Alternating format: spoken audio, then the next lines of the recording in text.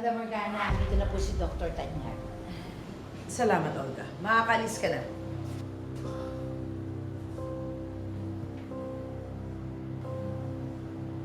Anong meron at gusto niyo daw akong kausapin? Well, you are the CEO of Apex and this concerns Apex, so dapat lang na mag-usap tayo. Ano pa bang pag-uusapan natin? Straight to the point. Moira would have loved that. Hindi ka tulad nung dati na pinaiikot-ikot mo pa siya sa paniniwalang hindi mo siya pinagtaksilan. Wala na yung kapatid mo, Morgana. So stop bringing her up. Kung tinawag mo lang ako dito para asarin, aalis na lang ako. Sandali. I've decided. Hindi ko na itutuloy yung pagsampahan ng kaso kay Annalyn at dito si Apex.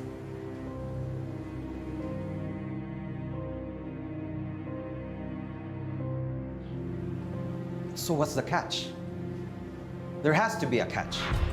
The catch is you need to resign as CEO of Apex. What?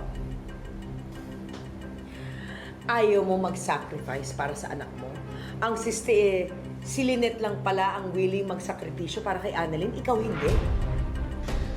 Bakit niyo ba ako gusto mag-step down as CEO? Para ikaw maging CEO ng Apex? The board won't vote for you. Ayaw nga nila sa'yo. Bakit? Sino bang may sabing gusto kong umupo bilang CEO ng Apex? Kung hindi ikaw, sino? Si Zoe.